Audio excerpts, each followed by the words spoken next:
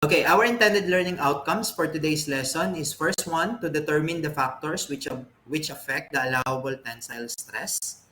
So again, we are now going to focus on tension members. No, our focus for today is tension members. And then aside from that, we are going to describe various failure modes in tension members. So what are the possible failure modes that we could expect in tension members when the member is subjected to tension? Are you familiar with the word tension? Pag sinabi nating tension, ano po sa Tagalog kapag subject sa tension? Hinihila, di ba? Hinihila. Tama? There are forces going away from each other such that the member is being elongated. Ine-elongate natin yung member. Ine-elongate. Okay? Okay, so we are also going to identify pertinent NSCP 2015 provision. Again, in this course, we are going to use NSCP 2015, the requirements of NSCP 2015 in designing, okay? And then we're also going to calculate the allowable and design strength of tension members. Sir, what is allowable and what is design strength? Allowable strength usually is for allowable stress design, ASD, and design strength is for LRFD. LRFD. So gagamitin po natin si ASD and LRFD, both design method. Remember last time we talked about the two design method? Naalala po ba 'yon? Yung dalawang design method natin? Do we remember that? Last meeting? Last meeting po ba naalala yung dalawang design method, the allowable stress design and LRFD? And LRFD? Clear po ba yung boses ko? Am I clear? Am I clear? Okay. So, we are going to calculate the allowable and design strength of tension members. Aside from that, we are going to design a tension member with given service and factored loading. Okay, what you need to understand is for LRFD, for ASD, there will be no load factors. For LRFD with load factors. Okay, with load factors. So let's discuss about tension members. As I've said, tension members, those are members that are subjected to two forces going away with each other, such that the member are being elongated, na-elongate, no? So if you have a member, let's say this is your member, this is my member, a member that is subject to tension have a force like this. Meron po tayong tension force. These are what we call the tension force. Tension force, right? So actually, tension member is the simplest problem in steel design. Very simple, no? Very simple. It's actually, ang gagamitin lang po natin dito yung napag-aralan nyo sa deformable bodies, no? Force is equal to pressure over area. Okay? Why is it the simplest problem? Because there is no danger in member buckling. Naalala po yung buckling? What do we mean by buckling? Naalala kung ano yung buckling effect? That is the side sway deformation when the member is being subjected to compression load. Ang ibig sabihin po ng buckling, if this is your member, sinubject mo sa compression load, ang mangyayari po kay member, magsa-side sway. Meron siyang tinatawag na buckle. Ito po yung buckle, no? Ibig sabihin, nag-buckle siya. Nag-buckle, no? That is the buckling effect. However, that is only applicable for compression. For tension, wala tayong possibility na mag-buckle. So kung walang possibility na mag-buckle, this problem is actually very simple. No? Very simple problem po yung tension members. So basically, pag sinabi po nating tension members, these are members that are subjected to axial tension members. Axial tension members. No? So what are those members? Ano po yung mga members na subject to axial tension? The first one is the truss members. We have the truss members. I know you are familiar with truss. This is an example of truss. No? So, uh, yeah, so this is an example of truss. Let's say that is truss, no?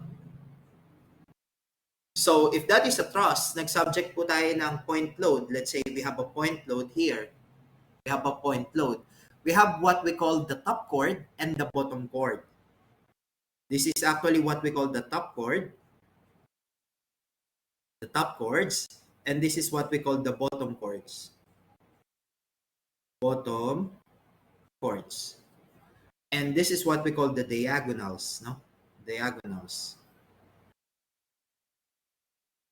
The bottom chords of trusses are usually subjected to tension forces, no? Sa naalala po nung statics, sa static of rigid body, kapag nagsosolve tayo ng truss, yung mga forces natin is being transmitted into the member of a truss by only tension and compression. So nata-transfer yung mga forces natin by only tension and compression. So the bottom chord is usually subjected to tension forces. Bottom chord are usually subjected to tension forces. Bottom chords are usually subjected to tension forces. Okay? Aside from that, what are the examples ng tension members? We also have the cables in suspended ropes, suspension, and cabled stayed bridges. No? So, if nakakita mo, if familiar po sa cable stayed bridges, these are bridges that is being anchored by cables. So, ang humahawak po sa bridge natin is usually cables. So, those cables are only allowed to resist tension. So, yung mga tension po na yun, those are the ones that are resisting the weight of the bridge. Yun yung nagre-resist ng weight ng bridge. So, we have tension sa mga kable, no? So, cable stayed bridges usually are tension members. We also have bracing rods. Ano po yung bracing rods? Usually, if we have a steel member structure, kung meron po tayo mga steel member structure, let's say this is my frame. Let's say that is my frame. Meron tayong mga bracing rod. Ito po yung mga bracing, yung mga ganyan. Mga naka-diagonal. Usually, those diagonal members are subjected to both compression and tension. So, bracing rods are subject to axial tension forces. Okay? What you need to understand in tension member is that the cross-section area is the determinant of the strength. Ibig sabihin po, kapag mas malaki yung area, mas malaki yung capacity ni tension member. The determinant of the strength of a tension member is the cross-section area. That is very important, no? Ang nagde-determine po ng strength ng tension member is the cross-section area. So usually, kapag mas malaki yung area mo, mas malakas yung member mo. Okay? Am I being clear? Is that clear? Clear po ba tayo doon? Kapag mas malaki yung cross-sectional area, mas malakas po yung member mo. Okay? So, let's talk about the cross-sectional area. We have actually different type of area. Sir, di ba isa lang naman yun kapag area? Actually, we have different types, no? That we are going to consider. The first one is what we call the gross area. Kapag sinabi po natin gross area, this is basically the total cross-sectional area. So, kung meron ka pong, for example, this is your tension member. This is an example of your tension member. That is an example of your tension member and you apply the tension force. Meron kang tension force. You have a tension force. So this is your gross area. That is your gross area.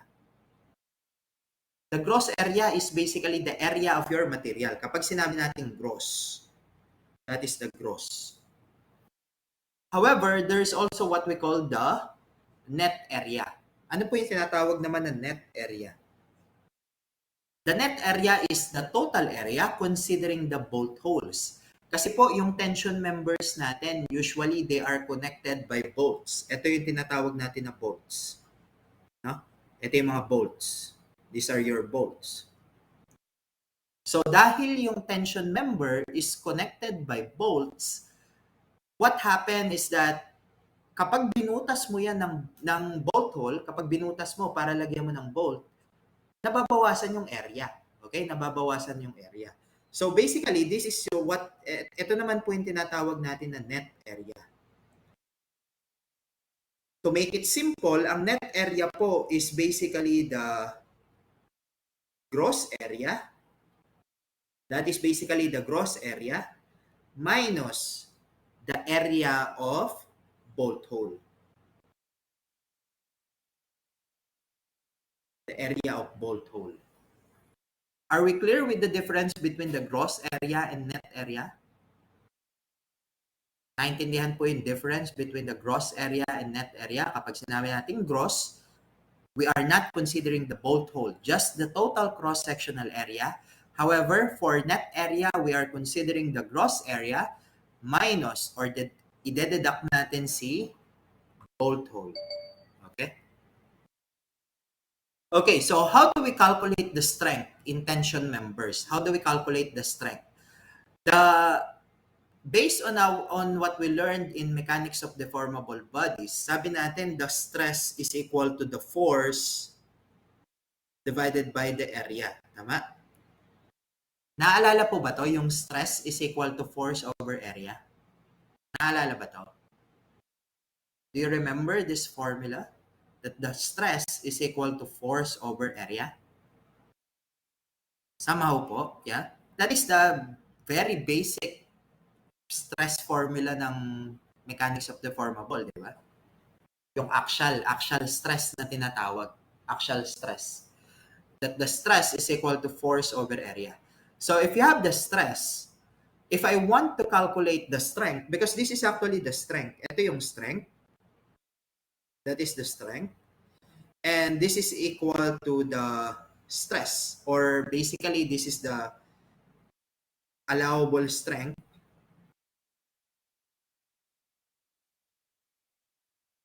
Which is actually based on your material.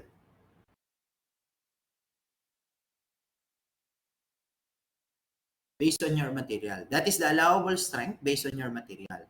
So if you want to calculate the tensile strength, I want to calculate how much load does the tension or does my member can carry. Gaano kalaking load yung kayang i-carry ng member ko. So gusto ko makalculate si P. If gusto ko makalculate si P, I'm just going to cross multiply. I'm just going to cross multiply such that P is equal to F multiplied by A. P is equal to FA, where F is this is actually based on your material. Based on material, and A is the area. That is just the area. Sir, paano makukuha si F based on material? Since your material have a given stress-strain diagram, naalala, di ba last time pinag-usapan po natin ito? The stress-strain diagram of steel. So based on the stress-strain diagram, you have this Fy, this is your Fy, and this is your Fu. Ano na nga po yung Fy? Ano yung Fy? Ano ibig sabihin ng Fy? Ano yung Fy? Di ba homework nyo pa nga yan? Homework nyo yan? Ano yung Fy? The yield of stress. That is the yield stress or basically the yield strength. No, yield strength. Ano naman yung Fu? Ano naman yung Fu? The ultimate stress. Okay? The ultimate tensile strength. Okay. So basically, the F will come from this two. It's either this one or this one. Okay, dyan po manggagaling yung F. Yung area based dun sa area ng material mo. So kapag minag-multiply mo sila, you will have the strength. The strength is actually the force. How much force can my tension member carry? Gaano kaya kalaking force yung kayang i-carry ng tension member ko? Okay? So, in order to calculate the strength, we should also understand the different failure modes. Ano kaya yung mga pwedeng uh, failure modes ng member?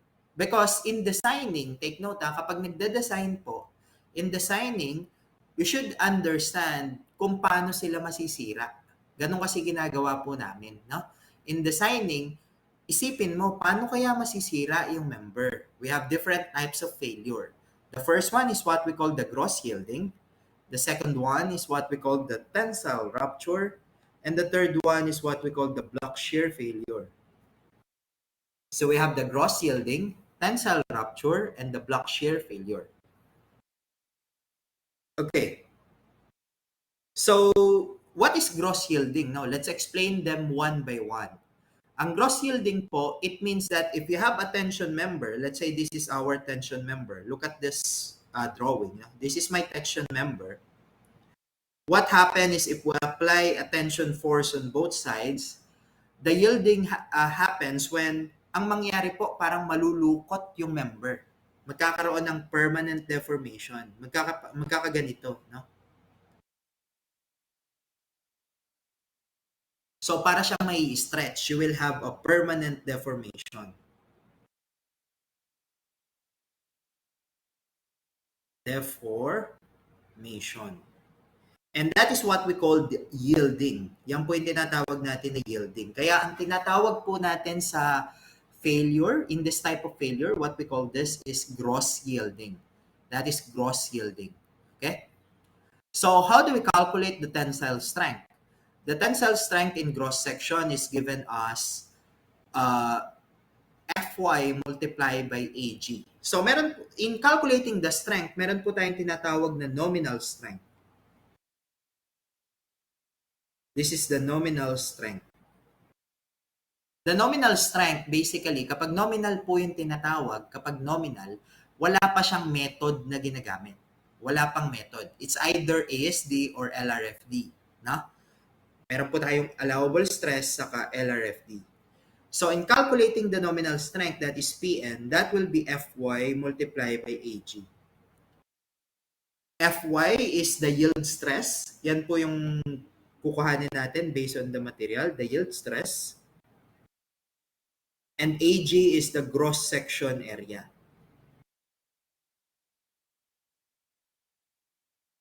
Ag is the gross section area. And how do we calculate the strength? How do we calculate the strength? Based on different methods. Kapag sinabi ni problem, use allowable stress design. Kapag allowable stress design, the allowable stress design will be PA. This is for ASD. For ASD, that will be PA is equal to the nominal divided by the factor of safety. Nominal divided by the factor of safety.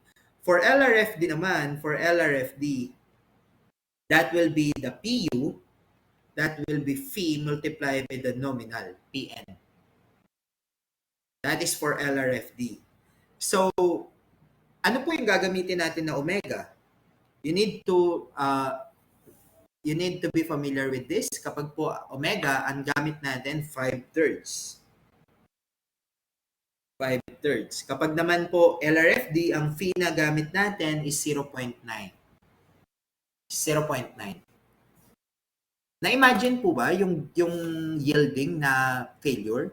Yung para po siyang may stretch? You will have a stretch member. May stretch yung member mo.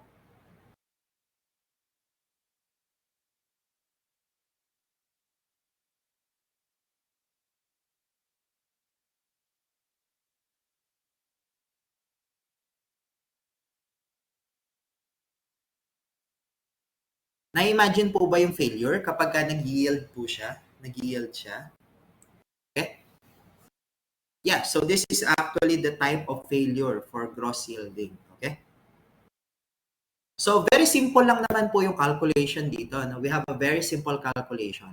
So let's try this. We have a 300 mm by 25 millimeter plate connected to 150 by 25 mm plate. So this is the 300 by 25 mm.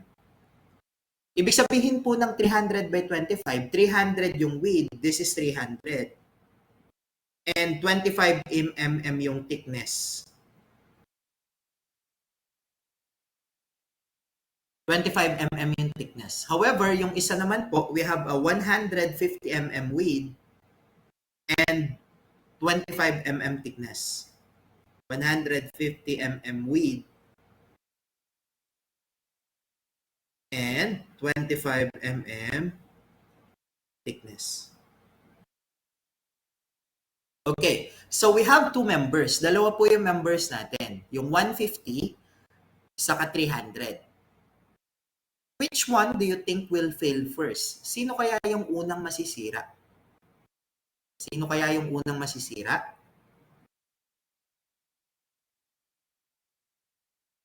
The smaller, according to David. How about the others? How about the others? Sino kaya yung unang masisira? Si 150 ba o si 300? What do you think? By logical thinking lang. Logical thinking, sino kaya yung unang masisira? The 150, of course, that is smaller yung area, no? So this one will fail first.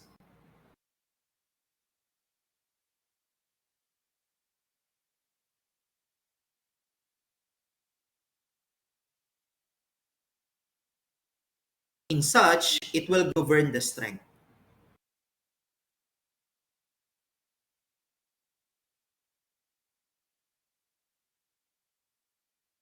Okay, kasi yung una po yung masisira, yung maliit na member. Okay? So, let's determine the strength of the member in ASD and LRFD in gross yielding. Okay? So, the first thing, kailangan po natin alamin si PN. Ano na nga po si PN? What do we call PN? That is the nominal strength. No? That is the nominal strength. That is the nominal strength. So, PN is actually equal to Fy multiplied by area gross.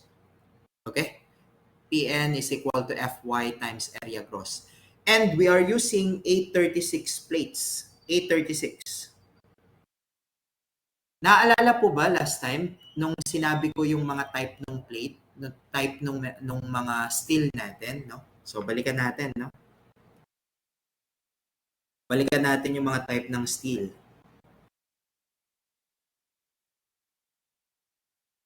Okay, this is our past lecture. So kapag, di ba sinabi ko po, tandaan tong 836 because that is the most common type of steel. The most common type of steel for 836. For 836, ang Fy niya, for 836, the Fy is 248 and the Fu is 400. Okay? So you need to remember that. Kapag 836, the Fy is 248 megapascal, the Fu is 400 megapascal. Are we clear with that? Naalala po ito? Clear tayo? Okay. So, balik po tayo dito sa problem natin. Let's go back to our problem. Okay. So, for our problem, since we are using 836 steel, we are now using an Fy of equal to 248 megapascal. Okay? 248 megapascal. So, to calculate the nominal strength Pn, that will be 248 multiplied by the area gross. What is the area gross of that member? So kapag i-drawing po natin yan, di ba, basically, ito yan, 150, and this is 25. So ano ang area gross? What is the area gross?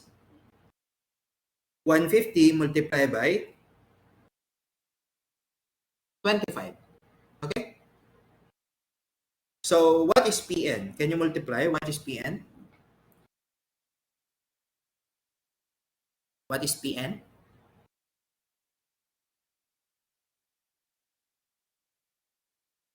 This is 930,000. However, since we are multiplying, this is actually in megapascal, this is in millimeter squared. So, ang magiging sagot niya po, megapascal multiplied by millimeter squared, it will be in Newton. Okay, it will be in Newton. So, if I want to transform this in kilonewton, divide ko lang ng 1,000. So, 1 Newton is 1,000 Newton. 1,000 Newton is to 1 kilonewton. So, we have 930 kilonewton. 930 kilonewton. So, that is for gross yielding. That is for gross yielding. And that, ang tawag po natin dito is the nominal strength. Now, in order to calculate the strength using ASD and LRFD, ASD muna tayo, ASD.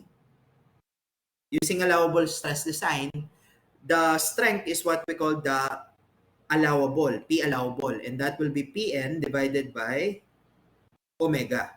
Okay? The Pn is 930 kilonewton, and yung omega po natin, the omega as given earlier will be, we are going to use 5/3. So divided by 5/3. So ano po yung PA? Can you give me the PA?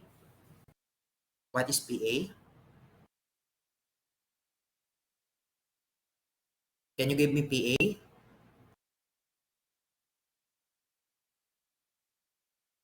$558 kilonewton.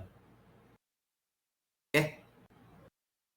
The next one, if I'm going to use, take note, this is for, para saan po ito? Allowable stress design. Allowable stress design. How about for LRFD? LRFD. If I want to calculate PU, that is VPN. So ang fee po na gagamitin natin is 0.9. So we have 0.9 multiplied by 930. So what is PU?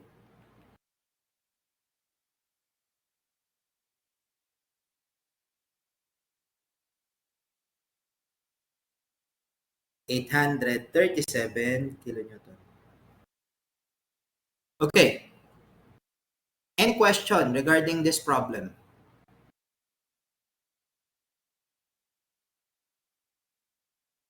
Any question regarding this problem?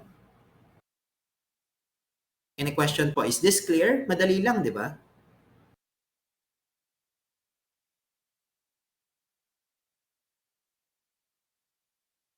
Clear po? Okay. Next one. The next type of failure naman tayo. Next type of failure is what we call, okay, before moving on. Saan na nga po galing yung 248? Sa material, di ba? Can someone answer your classmate? Sino po makakasagot doon sa classmate nyo? Can someone answer your classmate? Sir, saan po galing yung 248? Dahil 836. Kapag 836, ang FY natin 248, ang FU what? What is FU kapag 836? Kapag FU 400, yeah? Ang FU natin 400, ang FY 248. Okay? So kapag sinabi 836 material, 836 plates, ang FY mo 248, ang FU mo 400. Okay? Next one, we have, okay po ba tayo doon, Alcaraz? Mr. Alcaraz? Okay? Okay. Next one is tensile rupture. The next type of failure is tensile rupture. What happens in tensile rupture is that kapag po nag-apply tayo ulit ng tension, if we apply tension, what happens is mapupunit, no? Nangyayari, nagkakaroon ng tensile rupture. Napupunit yung plate, napupunit. So, naghihiwalay na talaga, napupunit, no? So, that is a tensile fracture or tensile rupture.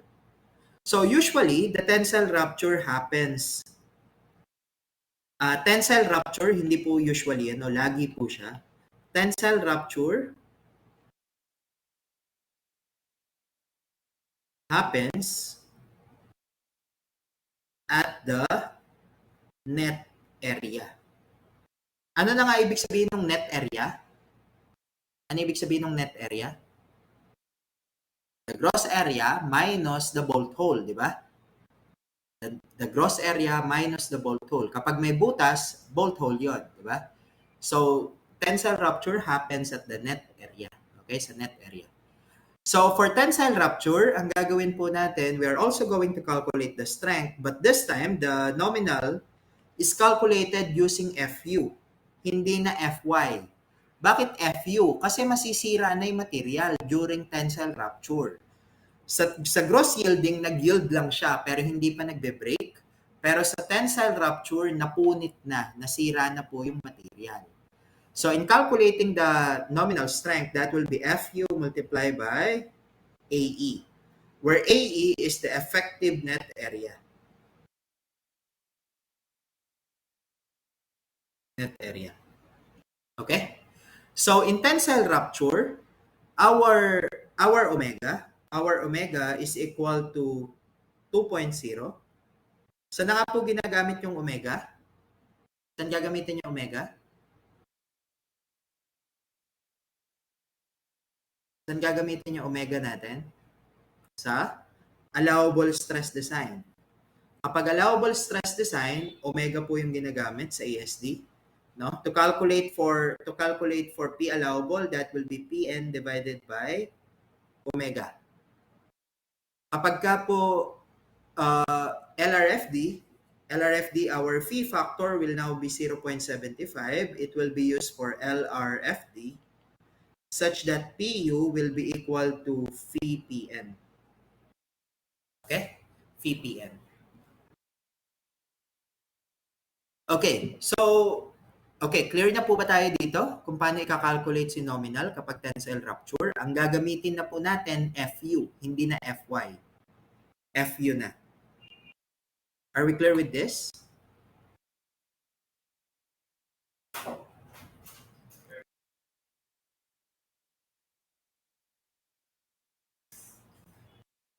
Okay. One moment. No?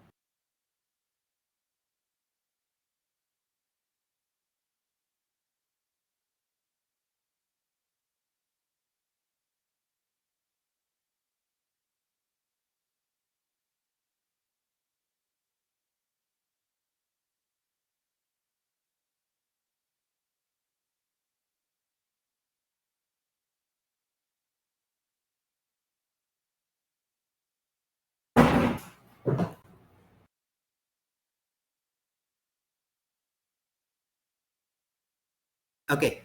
So, okay, so clear na po tayo dito, no? So for nominal strength, basically we are just going to use the FU, the ultimate strength of your material multiplied by the effective net area. That will be the nominal strength. And for allowable stress design, what we are going to use is omega, which is 2.0. Ang omega po natin, 2.0.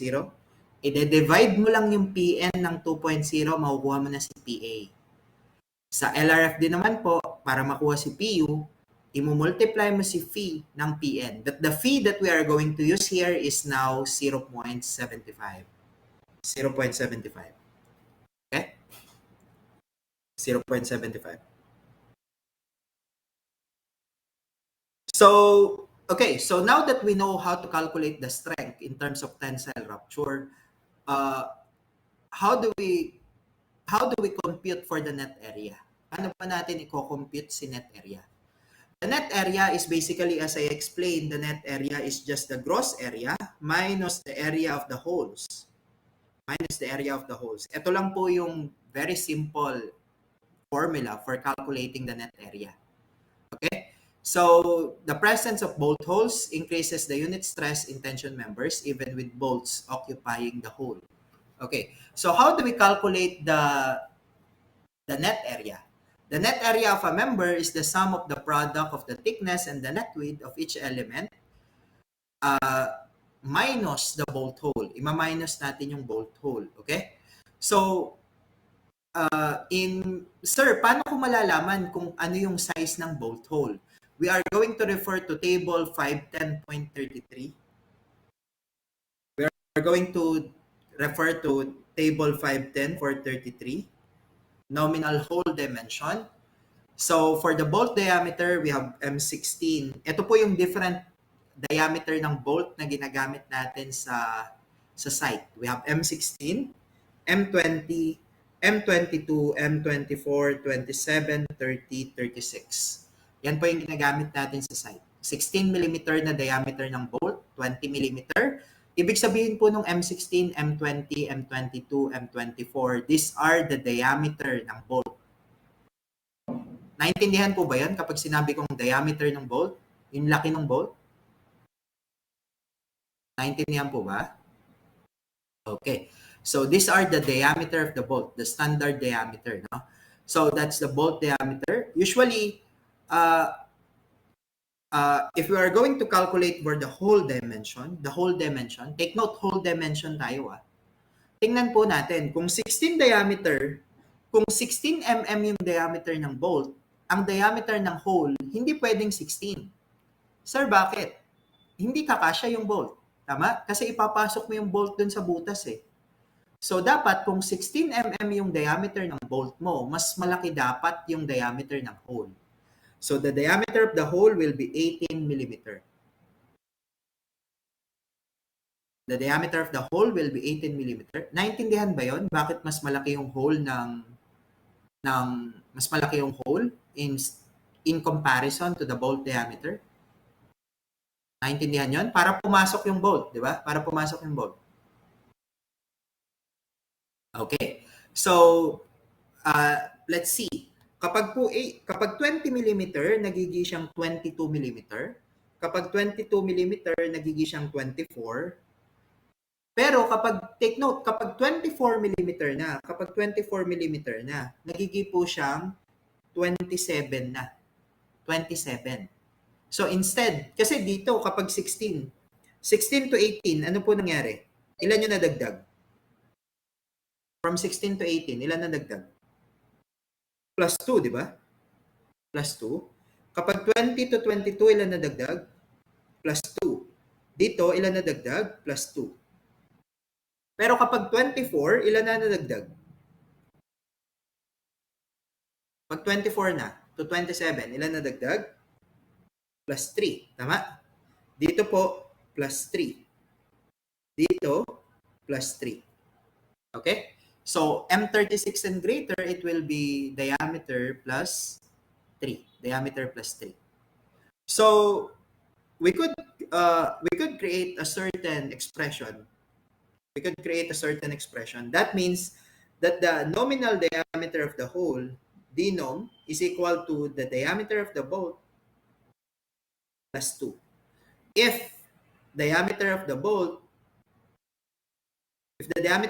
is less than 24. Kapag daw ang diameter ng bolt less than 24, ang nominal diameter ng hole will be d bolt plus 2. Do you agree? Nag-agree po ba dito sa equation ko? Do you agree? RT students, do you agree to this one? Na kapag ka less than 24 plus 2. Tama? Do we agree on that? Agree. Tama? Agree. We agree on that. We agree. How about for greater than or equal to 24? The denom will now be equal to d bolt plus 3. That is for d bolt greater than or equal to 24. Kapag ka greater than or equal to 24, plus 3 po tayo. Plus 3. No? Plus 3. However, so okay na po tayo dito, no? However, according to our code, according to our code. Pakibasa po, no? Pakibasa. In computing the net area for tension, the width of the bolt hole shall be taken 2 mm greater than the nominal dimension of the hole. Okay, no? So, i-copy po natin. Wala.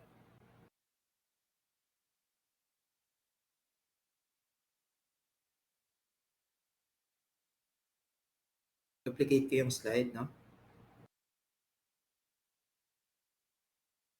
Sige, copy ko po ito, no? Copy natin.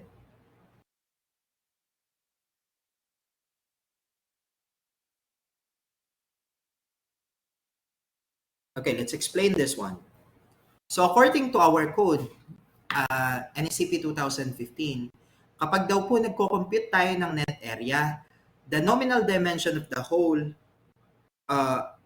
the net area for area net for tension, the width of the bolt hole or the diameter of the hole is taken as pakibasa po, no? 2 millimeter greater than the nominal diameter. So, denom plus 2. Denom plus 2. Okay, pero alam natin kung ano yung denom. Alam natin yung denominal. Ito yun eh. According to our discussion earlier, ang denominal natin will be equal to diameter of the bolt plus 2. Diameter of the bolt plus 2 if the diameter of the bolt is less than 24 and the denom is equal to diameter of the bolt plus 3 if the D bolt is greater than or equal to 24. Okay? So, I'm going to plug in, ipa-plug in ko po ito. I'm going to plug in this equation to this one. Ilalagay ko po dun sa denom. Such that, to calculate the diameter of the hole, it will be equal to D bolt plus 2 plus additional plus 2. Diba, ganyan po yan? Plus additional plus 2 for D bolt less than 24. And then the D hole will be equal to the D bolt plus 3 plus 2 for D bolt greater than 24. Greater than or equal to 24. So we can simplify the formula by just saying D hole is equal to D bolt plus 4 for D bolt less than 24. And it will be D hole for D bolt plus 5 for D bolt greater than or equal to 24. So this will be this is the formula on how to calculate the hole diameter to be considered in net tension for net area for tension. If the diameter of the bolt is less than 24, mag-a-add tayo ng plus 4. Kapag greater than or equal to 24, mag-a-add tayo ng plus 5. Okay? Mag-a-add tayo ng plus 5. Now, let's explain. So, I don't want you to just accept kung ano yung sinasabi ni code, no? Bakit kaya, sir, kailangan pa mag-add ng plus 2? Bakit kailangan pa mag-add ng plus 2? That is because if this is the denom, if that is the denom, meron tayong tinatawag na damage area. Kapag binutas mo yan, nadadamage yung gilid. Nadadamage yung gilid. This is the damage zone. So, yung damage daw po na yun, yung damage na yun is approximately 2 mm. Is approximately 2 mm. Okay? Approximately 2 mm. Are we clear with this? Clear po ba tayo dito? Kung bakit naging plus 4 saka plus 5?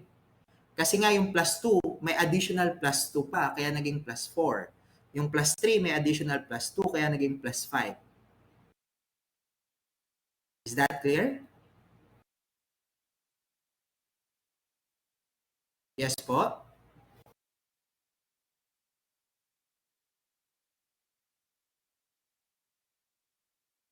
Okay. Anyway, let's try to answer this one. 250 by 10 millimeter plates are connected by 2 rows of 19 millimeter bolts. Calculate the net area of the plate. Assume A36 plate, no? So, asan po yung net area natin?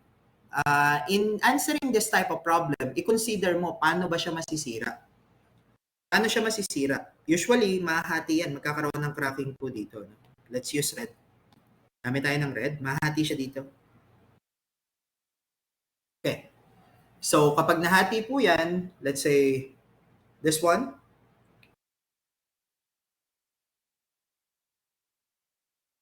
Ang matitira na lang po, ito yun. Ganyan, tama? And this is basically 10 millimeter. This is 215. And this is the diameter of the hole. That is the diameter of the hole. Do you agree na ito po yung masisira, ito yung matitira na area? Na-imagine ba to? Na-imagine ba yan? Kasi di ba kapag nag-cut po ako dito, may dalawang butas. Yun, dalawang D-hole. Na-imagine po ba to?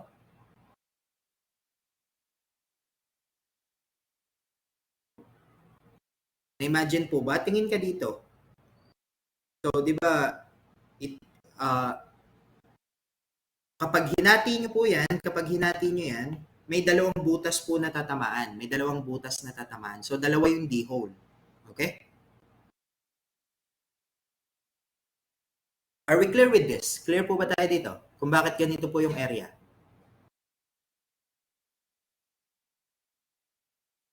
Clear po ba?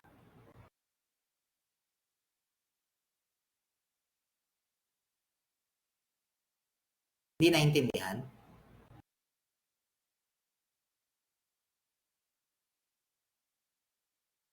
Hindi ba na-visualize? Hindi na-visualize? Titingin ka sa elevation, dito ka titingin, oh. Ito yung mata mo. 'Di ba? Kapag ka, 'di ba may thickness po yan na paganyan kapag tinready natin?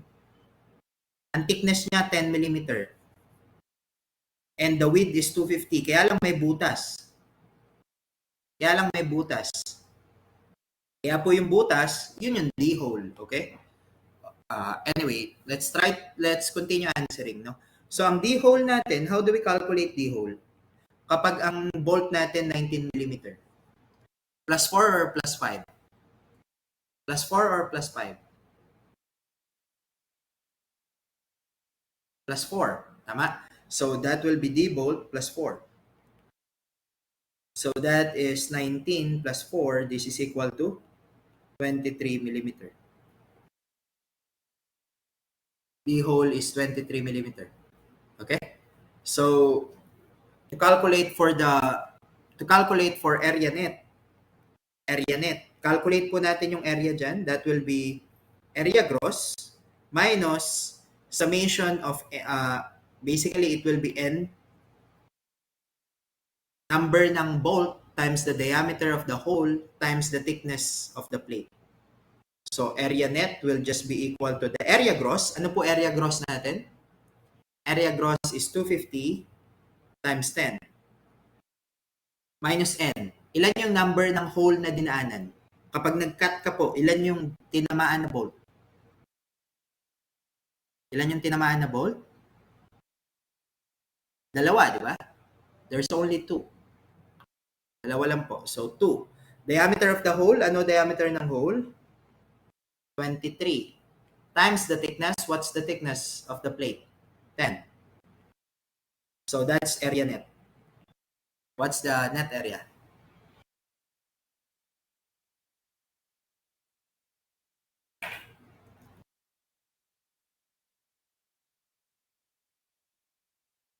What's the net area?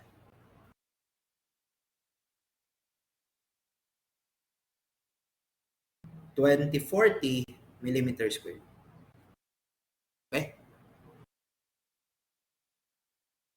2040 millimeter squared. Okay, now, let's calculate for the allowable and design strength. Kapag ang hinahanap allowable, saan nga po ibig sabihin, anong method po yung gagamitin kapag allowable?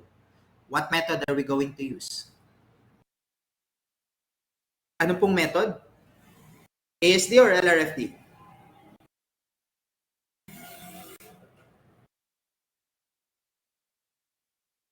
Kapag allowable?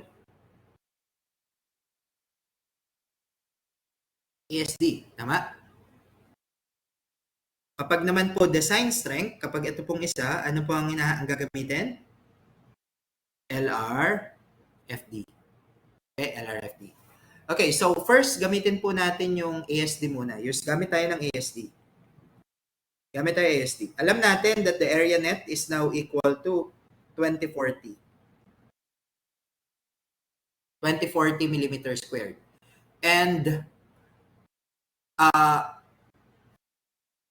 836 po tayo. Kung 836, di ba sabi po natin, to calculate for PN, that is FU multiplied by AN. Alam po ba natin yung FU ng 836? What is FU of 836? Do we know FU? 400. That's correct. So to calculate for PN, that is equal to FU multiplied by AN, that is 400, multiplied by 2040. So what's PN?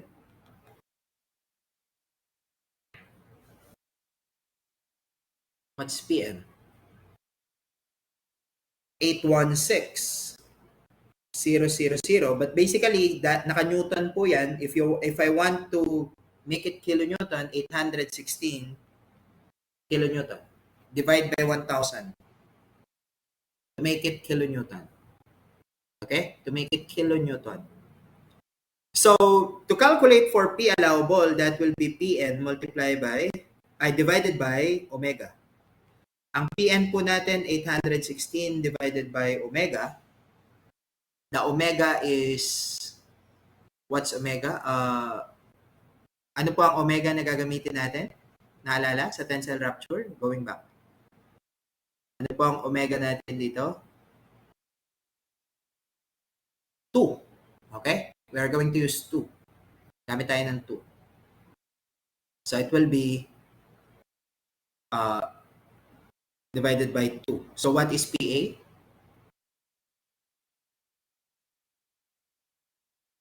408. This is for allowable, no? ASD. How about for LRFD? For LRFD, that will be PU, that is equal to phi PN. And ano po yung gagamitin natin na phi? For LRFD? 0.75. Multiply by 816. Ilan po yan? 0.75, 612 kilonewton. That is for LRFD. LRFD. So that's it. We already have 2 answers. Okay? Any question regarding this problem? Any question po?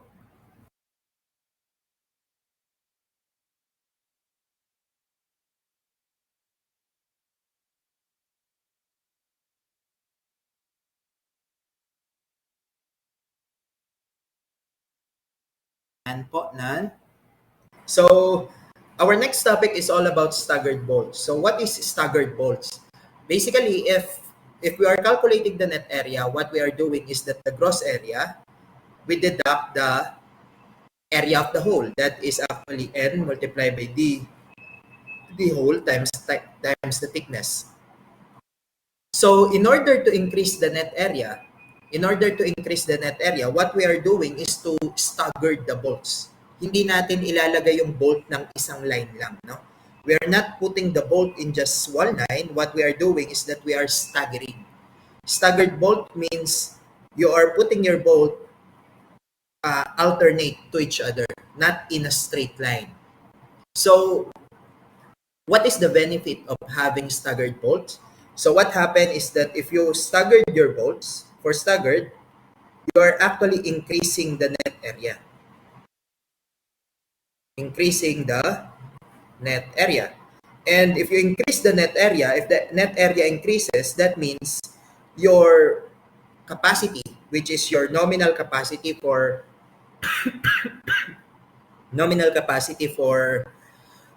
tensile rupture, will also increase. So again, if you increase your net area, your nominal capacity for tensile rupture will also increase. So how do we calculate the increase in net area? The increase in net area can be calculated using the Cochrane's formula. Meron po tayong tinatawag na Cochrane's formula. So that is also part of NECP 2015 section 504.3.2, whereas according to our NECP, the additional area is given as S squared over 4G. Okay? So that means if you have a staggered bolts, this part right here, ito pong diagonal, this is actually the increase in net area. Increase in net area. Kasi instead of going into a straight line, what happened is that the rupture goes into the diagonal part instead of going straight. So, of course, we all know coming from mathematics na mas mahaba po yung diagonal instead of the vertical line. Tama? Sa sa right triangle. Tama? Sa right triangle, pinakamahaba po si hypotenuse. Right? So, sa triangle, mas pinakamahaba po si hypotenuse. So, that means, if you go into the diagonal part, you are actually increasing the length or you are increasing your net area. Okay, so according to our code, if you have a staggered bolts, the net area will be calculated as equal to area net is equal to area gross minus, again, we are going to deduct the number of hole, that is n, times the diameter of the hole, times thickness. However, we are going to i-add po natin yung additional net area due to the staggering. So add S squared over 4G multiplied by the thickness. So what is S? S is the distance, horizontal distance of the bolt. This is S, and this is actually G.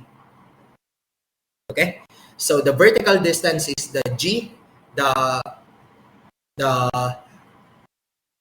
horizontal distance is what we call S. Sir, ano yung S sa G? The S is what we call the pitch. This is the pitch. And G is what we call the gauge. The pitch and the gauge. Okay? So, this is just an increase in the width, no? This is particularly referring to the width. Increase in width. Increase in width. So, that means we still need to multiply by the thickness to get the area. So, the width multiplied by the thickness, you will get the area. Okay? So again, if you have a staggered bolt, you just need to add an additional area, which will come from the formula of Cochrane's formula, which is S squared over 4G multiplied by the thickness. Okay? So let's try to answer this problem. No? Let's try to answer this problem. In calculating the net area, you need to find or you need to calculate all possible failure. Again, you need to calculate all possible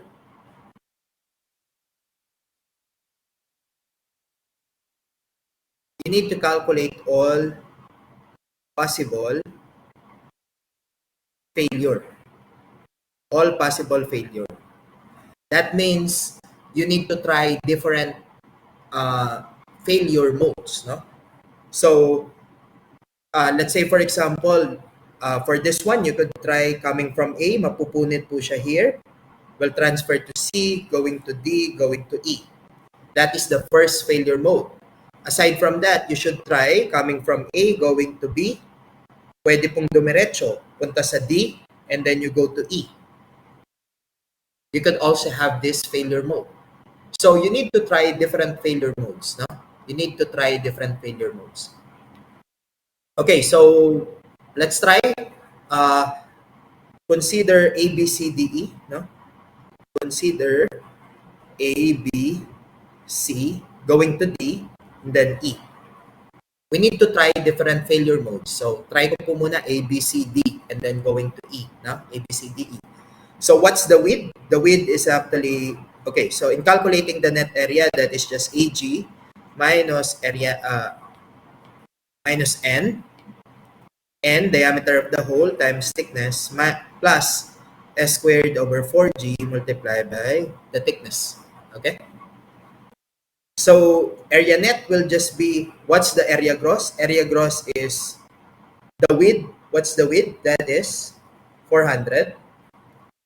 400 multiplied by the thickness. What's the thickness? 12 millimeter. 12 minus number of holes. How many holes po yung dinaanan ng ABCDE? Ilang holes yung dinaanan ng ABCDE? 3. So, B, C, and D. So, 3 times the diameter of the hole. What's the diameter of the hole? Dito ko na lang sulat. No? Diameter of the hole will be equal to, we are using M20 bolts. So, 20. Is it plus 4 or plus 5? Was it plus 4? So, it will be 24. Okay? So, 24 multiplied by the thickness. What's the thickness? 12. And then plus S squared over 4G. So, consider muna yung B to C. Ito muna, B to C. S squared. S is the horizontal distance or what we call the pitch. The S is 50. Tama? 50 squared over 4 times G, which is 100. Multiplied by the thickness. The thickness is 12. But this is only coming, this is only going from B going to C. B to C pa lang po yan. B to C. We still have C to D. So, again, mag-a-add po ako ng 50 squared over 4 times 100 multiplied by the thickness, which is 12. So, this now pertains to C to D. Okay. So, this will be my area net. That will be my area net.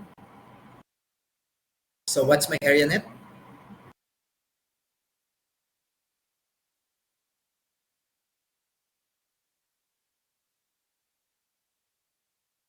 Calculate. Use your calculator, please. 4,086 millimeter squared. Okay, 4,086 millimeter squared. Is this correct? Lahat po ba nag-agree dito? 4,086? Did you get the same answer?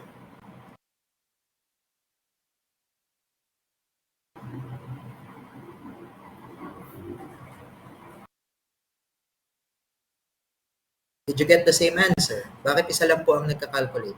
Only si Angelica? Okay. Okay, so we have Flores. Okay, however, we still not finished. Hindi pa po yan tapos, no? Because we need to consider all types of failure. Again, kailangan po natin i-consider yung all types of failure. So, we still need to consider A, B, D, E. Consider A going to B, going to D, going to E. This time, it's just a straight line. Straight line lang po, no? Straight line. So, calculating for area net.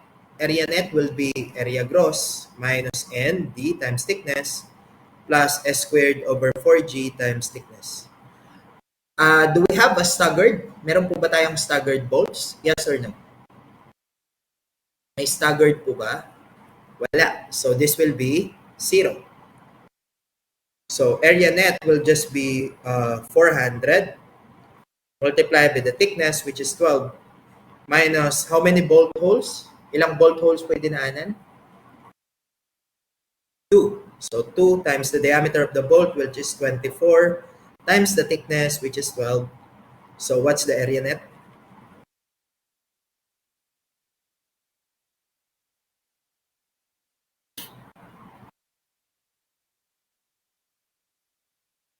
Four two two four. 4224 millimeters squared. So let's evaluate. Which one do you think is the critical net area? Is it the first one or the second one? Is it the first one or the second one? Which one is the critical net area? The first one or the second one? Ano kaya yung mas madaling mapupunit? Yung mas maliit na net area or mas malaki? Kapag mas malaki ba yung net area, mas madaling mapunit? Which one will have a lesser capacity? Tanong natin which one will have a lesser capacity? Which one will have a lesser capacity? Kasi kapag mas maliit po yung net area niya, ibig sabihin mas mahina.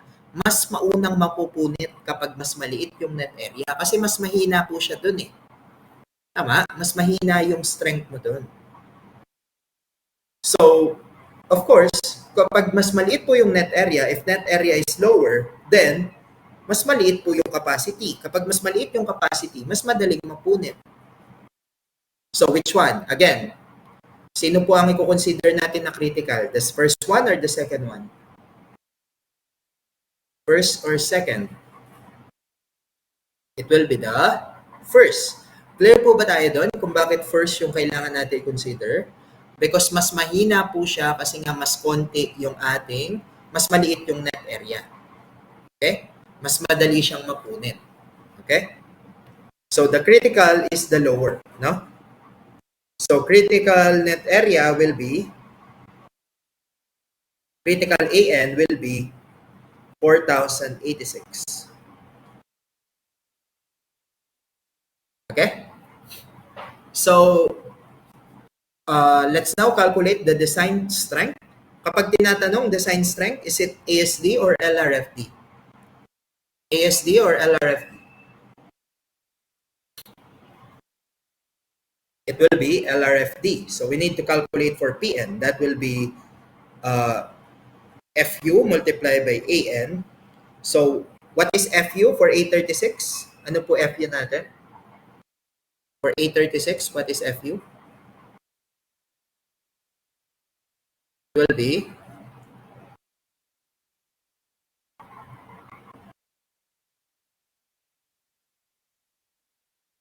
what is our FU for A36? Naalala pa ba? 400. That's correct. 400 multiplied by area net. That is 4,086. You divide by 1,000 to make it kilonewton. What is our nominal strength? Nominal strength.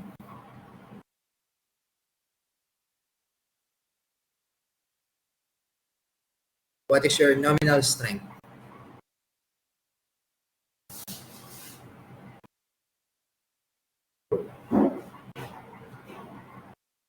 That will be 16. Are you sure? 1634.4?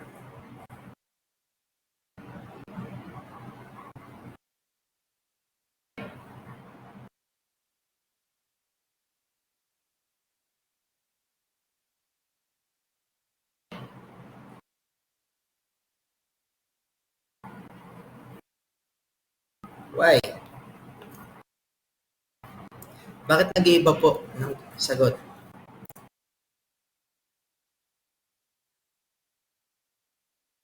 Try to calculate, ha? So 400 just multiply with 4,086 divided by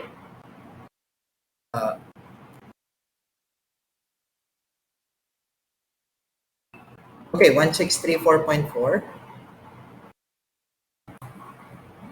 Yeah. So this is 1634.4.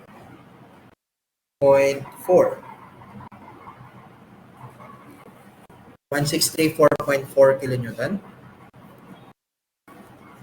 And then calculating for the ultimate capacity, the design strength.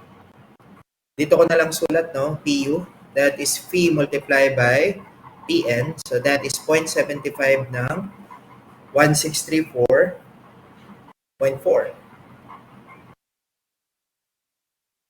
So what is PU?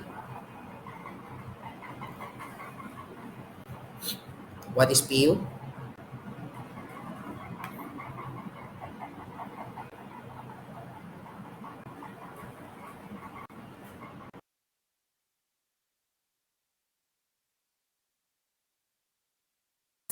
One two two 5.8. So this is our final answer. Any question regarding this problem? Any question?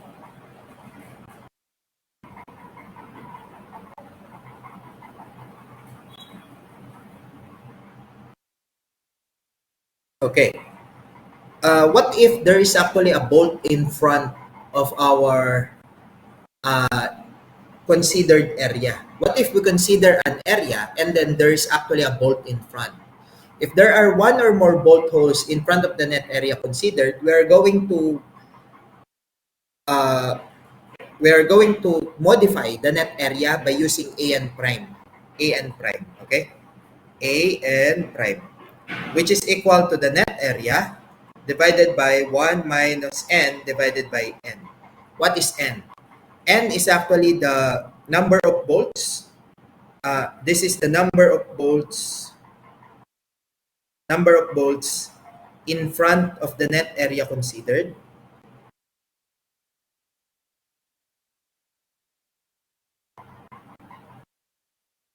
And then n is the total number of bolts.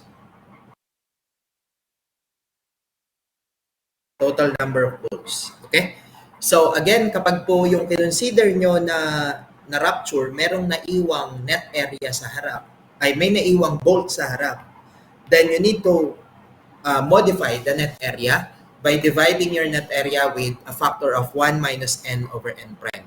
Actually, ano ang ginagawa nitong factor na to? Ini-increase niya yung net area. Kasi if may naiwan na bolt sa harap, yung bolt po na yon kakapit pa din. Hindi agad masisira yung bolt, yung connection mo. Kakapit yung isang bolt. Okay? Let's say for example, ito po yung ating rupture. You go this way and then here. Because of this bolt will still resist the force. Magre-resist pa rin siya. So kapag may naiwan na isa po sa harap, this bolt will still resist the tension.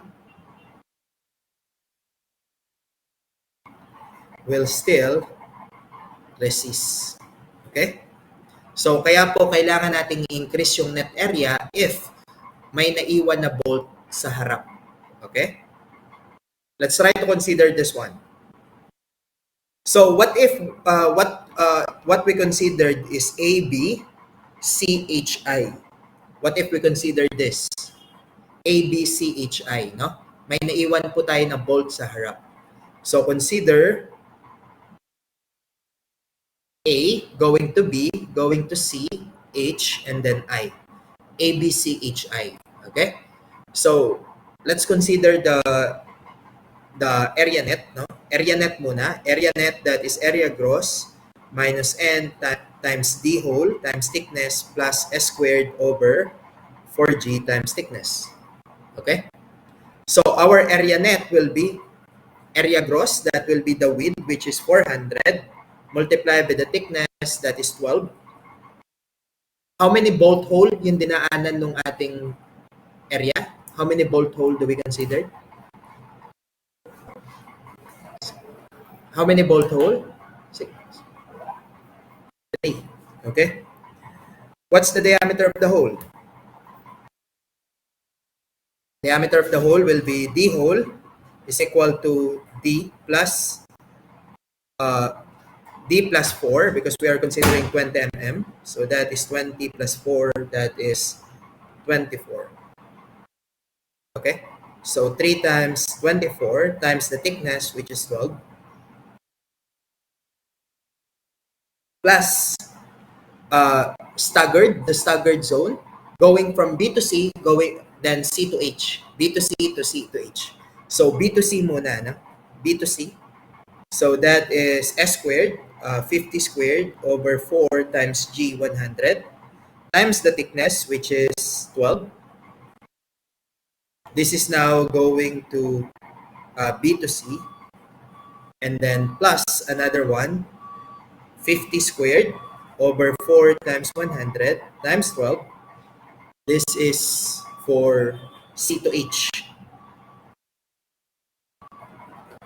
So what is our area net? I think it's the same one as earlier, no? 4,086 millimeter squared. However, since may naiwan na bolt po sa harap, dahil may naiwan na bolt sa harap, we need to consider an prime, and an prime will be an over 1 minus n divided by the total number of bolts. So that will be 4,086 divided by 1 minus how many bolt yung naiwan sa harap ng fracture? How many bolt yung naiwan sa harap ng fracture? Only bolt D. Tama? Isa lang. So 1 over the total number of bolt, that is 1, 2, 3, 4, 5, 6, 7. So we have 1 over 7. 8. 1, 2, 3, 4, 5, 6, 7, 8. 1 over 8, sorry. 1 over 8. So what is our net area?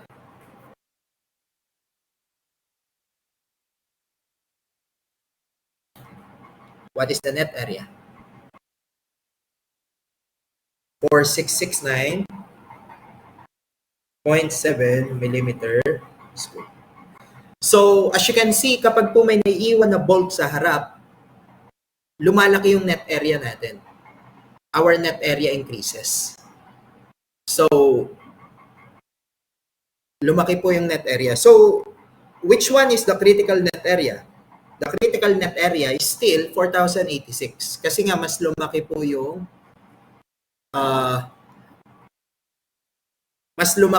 ating net area. Okay? Mas lumaki yung ating net area. So, mas critical pa rin po yung ating the first one that we considered, which is 4,086. Okay? Are we clear with this example, how to calculate the net area kapag may naiwan pong bolt sa harap? Is this clear?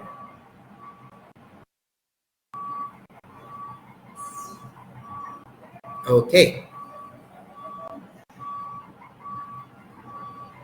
Our next topic is all about block shear failure. So when we say block shear failure, basically the block shear failure is a combination of tearing and shearing, no? A combination of tearing,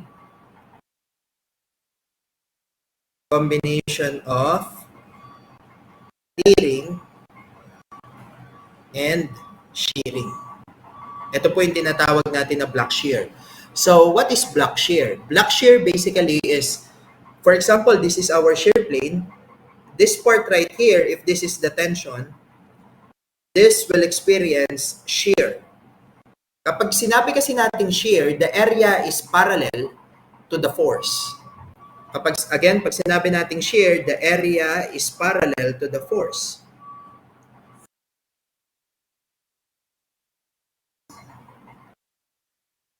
The area is parallel to the force. Kapag sinabi naman po natin tension, which is this one, this is your tension, that means that the area is perpendicular to the force.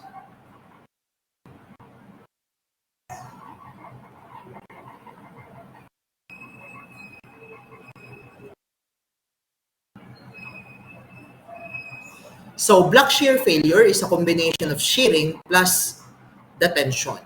So, kapag po nagsabay yung failure nila, naging parang square yung ating block shear failure.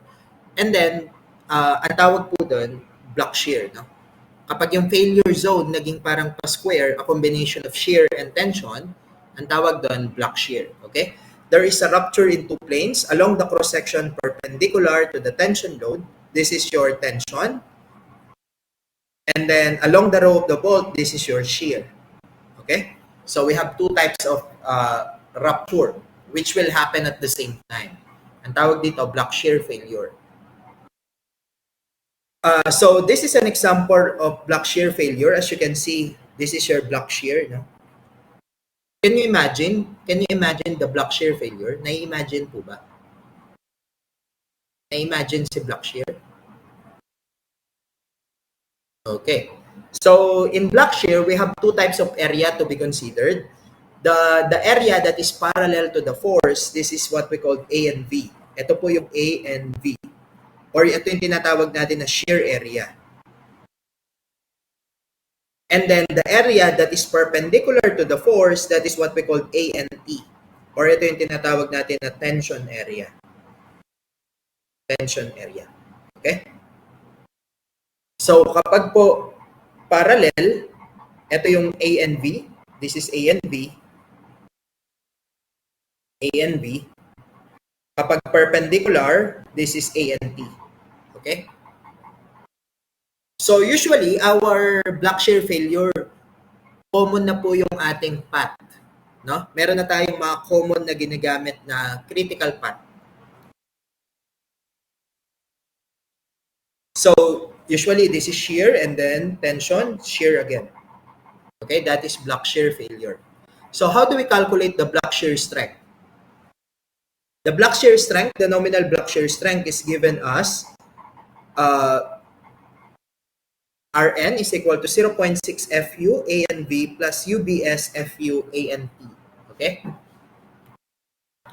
Less than or equal to 0.6 FY AGV plus UBS FU ANP. So, this is actually your upper limit, no?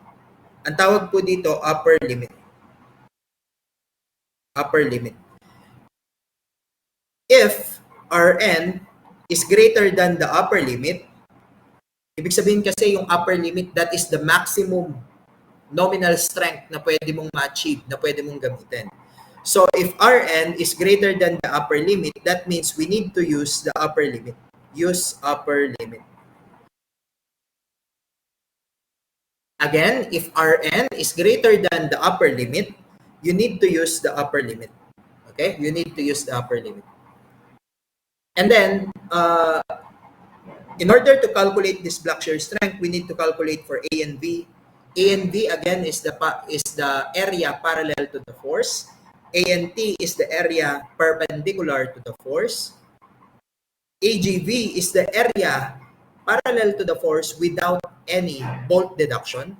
Without bolt deduction, no? A and T is the same one, no? So, what is UBS? UBS, usually, ginagamit po natin yan 1 kapag stress is uniform. If not, we are going to use 0.5. So, kailan ginagamit si 1? Kailan ginagamit si 0.5? This is the case. Usually, lagi po natin ginagamit 1. UBS is 1. Kapag naging dalawa yung row ng bolt, if you have 2 rows of bolt, doon lang po natin ginagamit si 0.5. Okay? If you have multiple row of bolt like this, andito yung tension mo, you have multiple bolt of row, so UBS mo, 0.5. But again, commonly, ang ginagamit natin, 1.0. Our safety factor is 2.0 for allowable stress and then 0.75 for LRFT. It's the same with tension rupture. It's the same with tensile rupture. Okay? Okay, so these are the common block shear failure that you can expect. As I've said, meron na po tayong common block shear path na pwede natin gamitin. This is your A and B. A and B, A and B, A and B. And this is your A and P. A and P. This is your A and B, A and B. Again, kapag po parallel sa area, parallel yung area, A and B. Kapag perpendicular, A and P. Okay? This is A and B. Okay?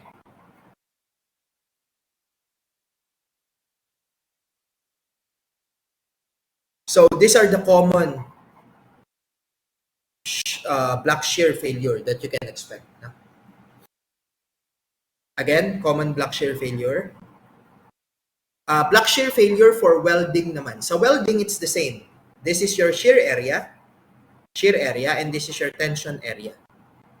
It's the same. Parehas lang po. Again, ang pinagkaiba lang po ng welding, kapag sa welding, there is no bolt hole reduction. No bolt hole reduction.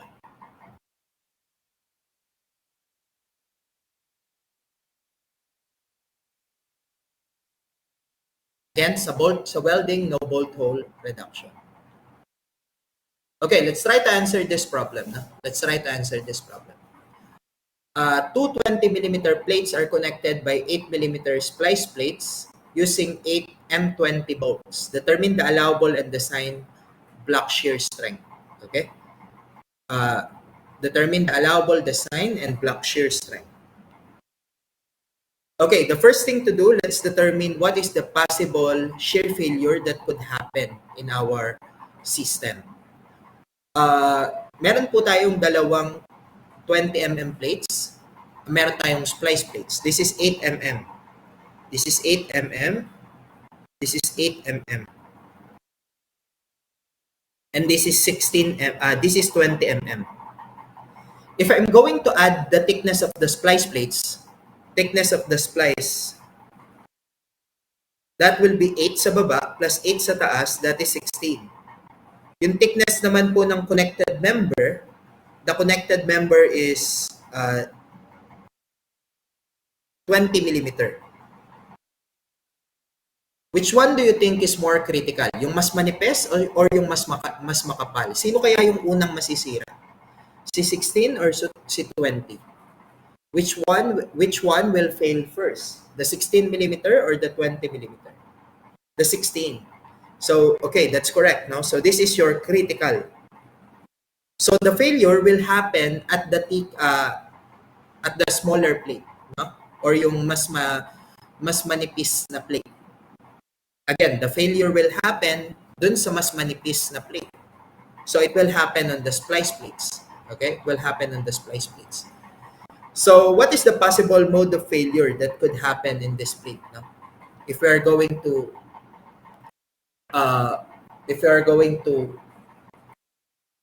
pull them, hihilahin po natin. What's the possible mode of failure? The possible mode of failure could be mapupunit po ito. Like this, no? So, the plate will rupture. This one. This will be our block shear failure. That is your block shear failure. So, this is A and B. This is also A and B. And this is A and T. A and B is the area parallel to the load. A and T is the area perpendicular to the load. I'm going to consider 16 mm na, no? So, consider 16 mm plate, splice plate, to consider top and bottom plate.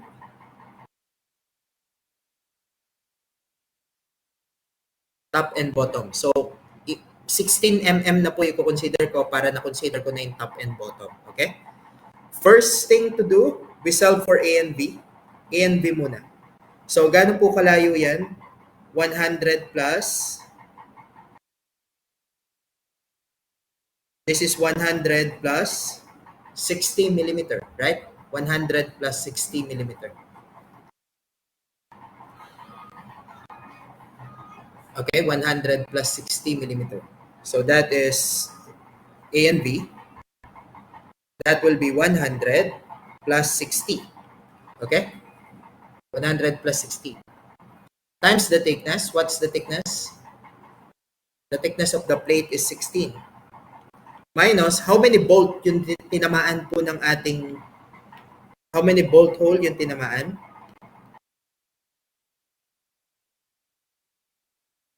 How many bolt hole yung tinamaan?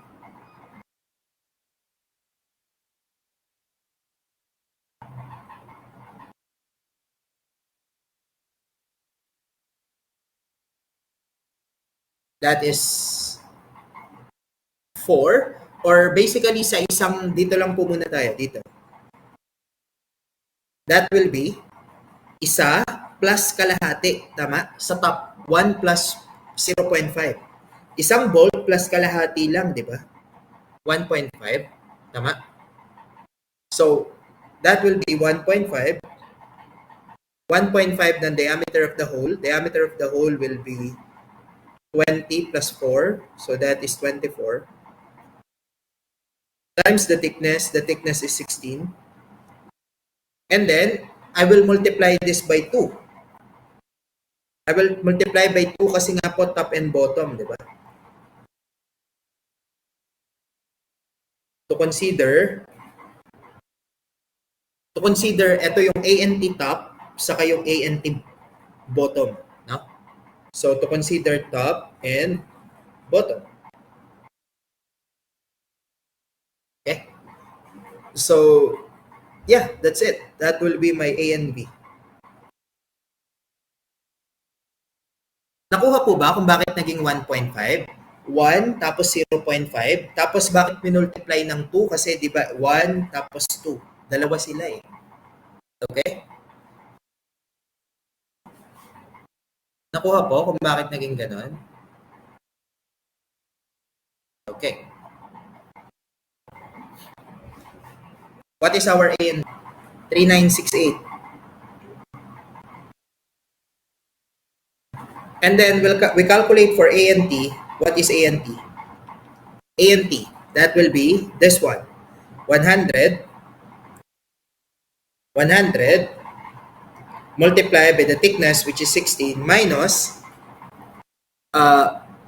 ilan po yung bolt na tinamaan ng A and T? This is A and T. Ilan po yung tinamaan? Ilan po yung tinamaan ng A and T?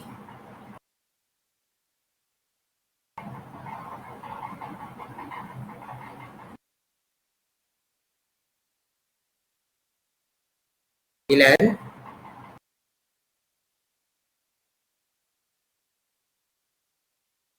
That will be 0.5 sa taas. Di ba 0.5 po ito? Tapos kalahati rin dito eh. So 0.5 plus 0.5, it will be 1, no? Isulat ko na lang dito, 0.5 plus 0.5 na bolt, kalahating bolt plus kalahating bolt sa baba, multiply by the bolt hole, 24 multiplied by 16. So what is our A and T? What is A and T?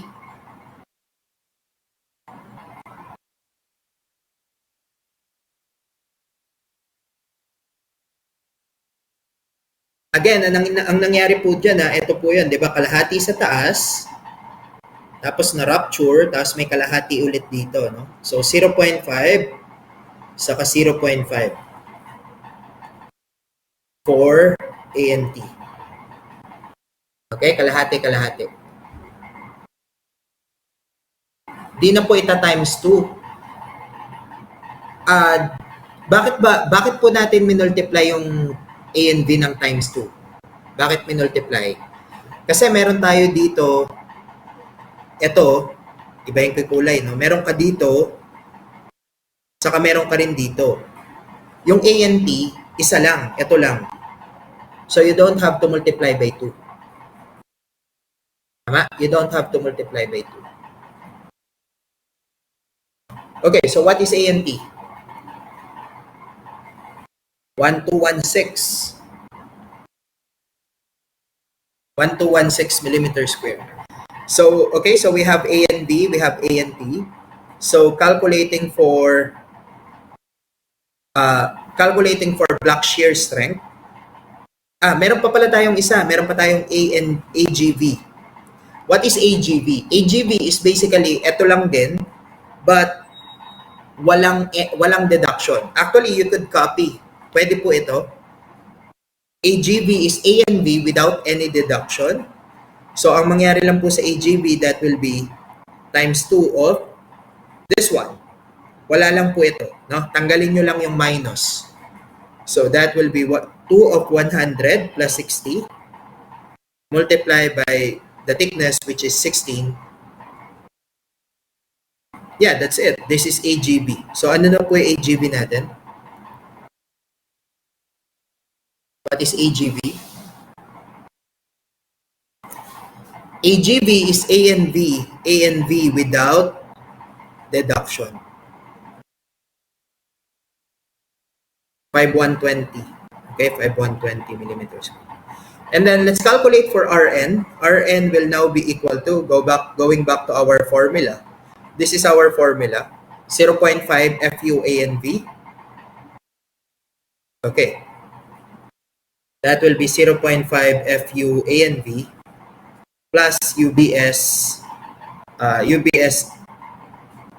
FU A and T should be less than or equal to 0.6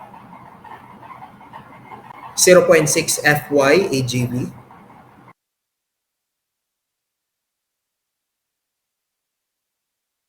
plus UBS FU A and T. Okay? So, let's calculate muna yung Rn without considering the upper limit. Ito po kasi upper limit ang tawag dito. No? This is your upper limit. Upper limit. So, that will be 0.5 times FU. FU, 836 naman po yan. No? 836. So, FU is 400. We have A and B. What is A and B? 3968 plus UBS. Ang UBS natin, 1 naman po. So, 1. FU is 400 times A and T. A and T is 1216. You divide by 1,000. Paki-divide by 1,000 na po to make it kilonewton. Divided by 1,000 to make it kilonewton. What's the answer?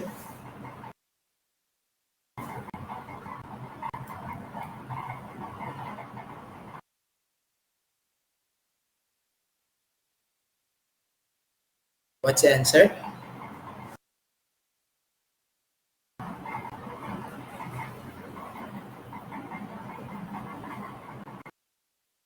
$1,280. And then, calculating for the upper limit.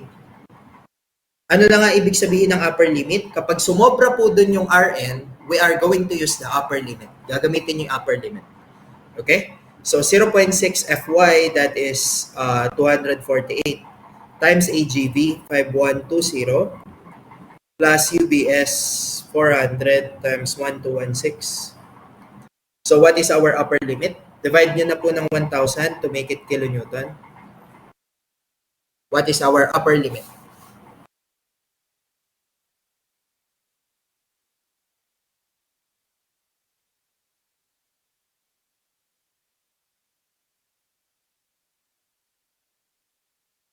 $1,248.256.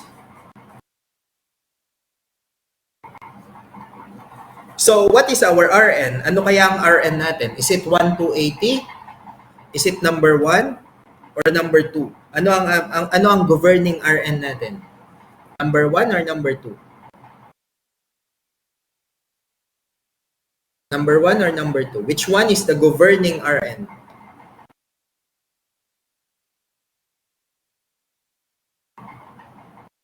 Number 1 or number 2? Which one will govern? It will be number 2, okay?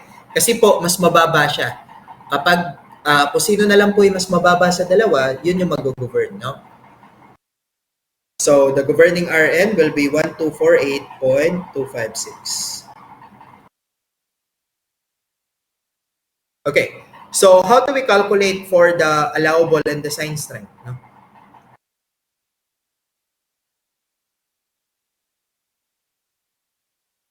Allowable muna, allowable.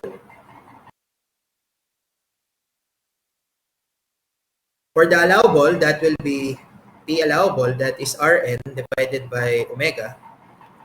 So our omega will be 2. So our Rn is 1,248.256 divided by 2. So what is our allowable strength? Allowable strength is 624.128 kilonewton. And then for the sign strength, Pu, that will be Rn divided by phi Rn.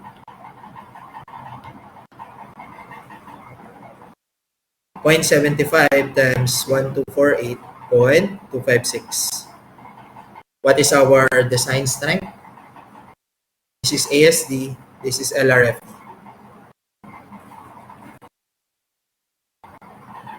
What is our LRFD? 936.192. Any question regarding this problem? Any question?